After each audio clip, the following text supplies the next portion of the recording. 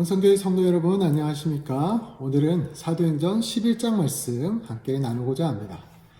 사도행전 11장에서는 10장에 있었던 베드로와 고넬료의 만남의 사건을 또 조사를 하러 예루살렘에서 사람들이 온 이야기로 시작되고 있습니다.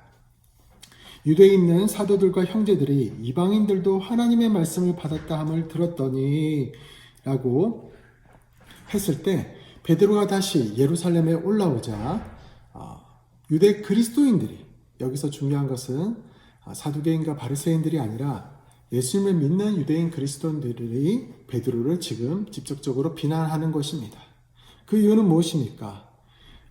내가 무할례의 집에, 이방인의 집에 들어가서 먹고 마셨구나 하고 베드로에 대해서 비난하고 있습니다.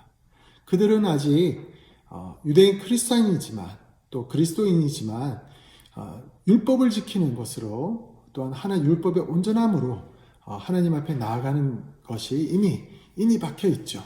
그래서 그리스도가 오신 것도 율법을 완성케 하셨다 해서 그 전에 하셨던 율법의 행위들을 버리지는 않고 그것도 지키면서 또 예수님을 믿는 것이 그 당시 유대 그리스도인들의 모습이었습니다.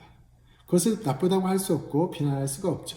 그런데 그런 그들이 보기에는 이방인 그리스도인들을 받아들이기란 쉽지 않았습니다. 이방인들이 과연 예수님을 믿을 수 있을까? 우리도 하나님의 말씀을 받은 백성인 우리도 이렇게 믿지 못하는 사람들이 많이 있고 율법도 모르고 하나님에 대해서도 모르는데 어떻게 그런 사람들이 예수님을 바로 믿고 알 수가 있느냐라는 선입견이 있었던 거죠. 또 그리고 이방인들은 그 관습이나 문화나 이런 것들이 율법을 다 지키는, 우리들이 보기에는, 할례자들이 보기에는 다 율법을 거스르는 일들을 다 많이 하고 했을 텐데 그런 사람들과 식사를 했다는 것은 스스로를 더럽히는 일이다 라고 생각하는 거죠. 오늘날 우리 교회도 우리 이웃들이 이제 다문화 민족 분들이 많이 이렇게 왔음에도 불구하고 만약에 어느 다문화 민족분의 어느 나라의 분이 교회에서 예수님을 잘 믿고 있다, 또 잘 하나님의 큰 은혜를 받았다, 그래서 그 사람한테 세례를 줬다 했을 때 혹 우리 마음에 저 나라 사람들이 다 예를 들어 태국이나 베트남이나 이렇게 어디든 가더라도 불상에 절을 하고 새벽에 물을 떠다 놓고 하는 그런 깊은 불교 문화권에 있는 태국 분들이 예수님을 잘 믿었다, 우리나라에 와서 잘 믿었다, 또 태국에서 잘 믿고 있다 라고 했을 때 과연 그런 문화 속에서 이 사람들이 예수님을 잘 믿을 수 있을까? 하나님을 만날 수 있을까? 이런 같은 이방인에도 불구하고 의구심들이 있지 않을까요? 오늘 사도행전 11장에서 예루살렘에 있던 그리스도인들은 이런 문제로, 이런 선입견으로 베드로에게 힐난하고 있는 것입니다. 너가 왜 무할례자들과 이방인들과 함께 식사를 했느냐? 그렇게 했을 때 베드로가 떳떳하게 말하죠. 베드로는 어떤 꾸미거나 하지 못합니다. 그렇기에 하나님께서는 베드로에게 또 그런 특별한 경험을 하게 하신 것 같습니다. 베드로가 환상 가운데 10장에서 나온 것처럼 부정하다고 했던 것들을 계속 거부했지만 하나님께서 내가 거룩하다고 한 것을 너가 부정하다고 하지 말라 라고 하는 경험을 통하여 이게 무슨 뜻일까 하고 하나님의 말씀에 대한, 그렇게 자기한테 경고하신 것에 대한 의구심이 갖고 있을 때 고넬료 쪽에서도 또 하나님의 은혜와 천사의 지시하심을 받고 베드로를 보내오는 것을 보죠. 베드로에게 사람이 왔고, 그리고 마침 그 환상이 끝났을 때 자기 집 문을 두드리는 사람들 통하여 저 멀리 가이사랴에서 고넬료 장군이 보냈습니다, 고넬료 백부장이 보냈습니다 라고 했을 때 이렇게 와서 그 복음을 전했을 때 말씀을 듣는 중에 하나님의 성령이, 은혜가 임했다라는 것을 또 말하고 있습니다. 이때 또 베드로와 함께 6명의 사람들이 함께 베드로를 따라가서 그 광경을 직접 목도했습니다. 다른 것도 아니라 하나님 말씀을 증거하고 있는데 예수는 그리스도라고 증거하고 있고 그분이 우리를 위해서 죽으시고 부활하셨다는 것을 말씀하고 있을 때 성령이 임하는 것을 모두가 함께 경험한 것입니다. 사랑하는 성도님들, 보통 어떻습니까? 복음을 증거한다고 했을 때 전하는 사람은 10년과 전심을 다해서 전하지만 보통 그 이야기를 듣는 사람들은 시큰둥하거나 반응하지 않는 모습이 보통 일반적인 모습입니다. 그러나 이때는 성령께서 함께하여 주셔서 고넬료 가정에 특별히 하나님을 경외하는 가정이기도 했지만은 그 마음밭이 미리 준비되어 있고 가족과 친구들을 다 모아서 그 경건한 마음으로 또 그런 하나님의 지시하심을 받았으니 베드로 앞에 엎드리기까지 하지 않습니까? 하나님이 과연 어떤 말씀을 하시려고 나한테 이를 사람을 데려오라고 했을까? 그런 준비된 마음이 있었습니다. 이 하나님의 준비를 받은 고넬료와 그리고 하나님께서 이 베드로를 통하여서 베드로에게 그런 환상을 통하여서 선입견을 내려놓고 두 사람을 만나게 하셨을 때 성령의 놀라운 역사가 일어나게 된 것입니다. 그리고 이 성령의 놀라운 역사는 또 하나의 이방 선교의 큰 문을 열게 되는, 그것도 직접적으로 유대 그리스도인들이 이방 선교에 대해서 마음을 열게 되는 놀라운 계기가 된 것입니다. 빌립이 사마리아 지역에 복음을 증거했을 때 그때 믿는 사도들과 제자들이 와서 또 근처 마을에 복음을 전했지만 사마리아를 전체를 다니지 않았습니다. 사마리아를 전체를 다니면서 8장에서 사마리아 전체를 다니면서 복음을 증거한 것이 아닙니다.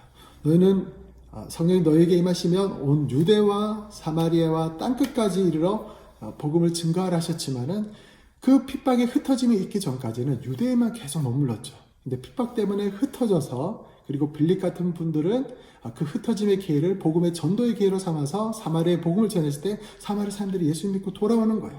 사도들도 몇 사람들이 와서, 제자들이 와서 같이 그 광경을 보면서 또 돌아가면서 복음을 전했지만 사마리아 전체를 다니지는 않았습니다. 아직까지는 적극적으로 이방인 선교에 뛰어들지 않았습니다.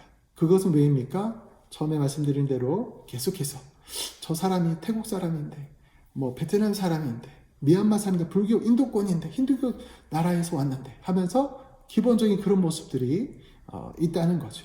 그렇지만 그 모든 선입견을 내려놓게 하시는 그 하나님의 성령의 역사가 이 11장에 또 베드로의 증언을 통하여서 모든 반대자들을, 힐난자들의 입술을 잠잠케 합니다.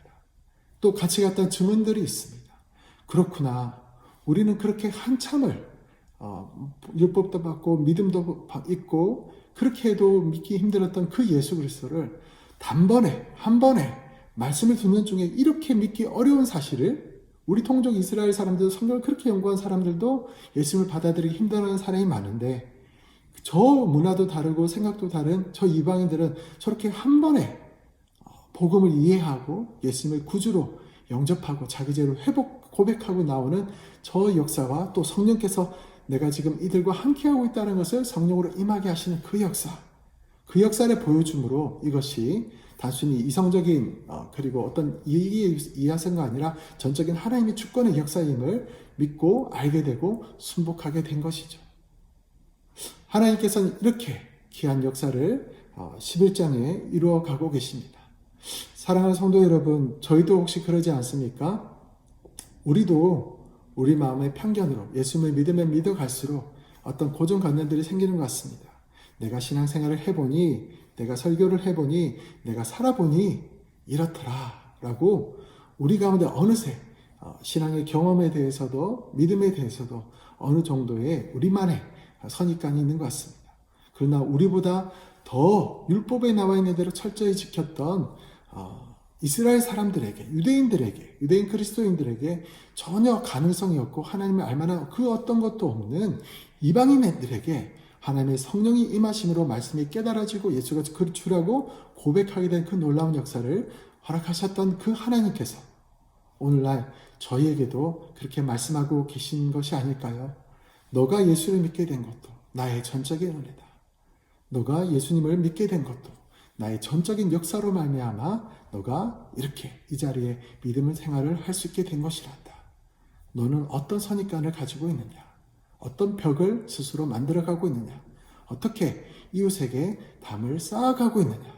이웃이 우리를 위해서 담을 쌓아가는 것이 아니라 우리가 혹시 저 사람은 안 돼, 저 사람은 못 믿어, 저 사람은 하나님을 알 수 없어, 이방인들을 그렇게 판단하는 어리석은 모습, 유대인들이 이방인들을 판단하는 것도 참 어리석은 행동이었지만 이방인인 우리끼리도 우리가 조금 아는 그 예수님과 그 교회에 대해서 말씀에 대해서 조금 아는 거 가지고 서로를 판단하는 모습, 하나님의 역사를 제한하는 모습, 어쩌면 하나님 보시기엔 그것도 오늘 이 말씀을 통해서 깨트리기를 원하시는 것이 아닐까요?